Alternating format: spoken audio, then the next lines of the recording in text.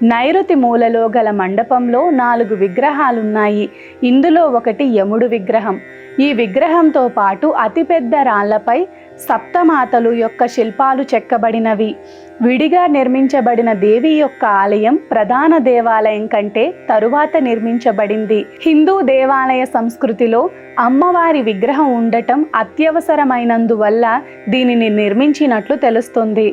దేవాలయంలో శాసనాలు. ఈ దేవాలయంలో వివిధ శాసనాలు ఉన్నాయి.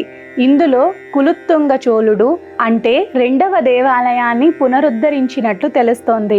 వరండా యొక్క ఉత్తర గోడకు 108 విభాగాల శాసనాలున్నాయి. ఇందులో 63 శైవాచార్యుల యొక్క చిత్రం, వివరాలు ఉన్నాయి. వారి జీవితంలో ప్రధాన ఘట్టాలు అందులో ఉన్నాయి.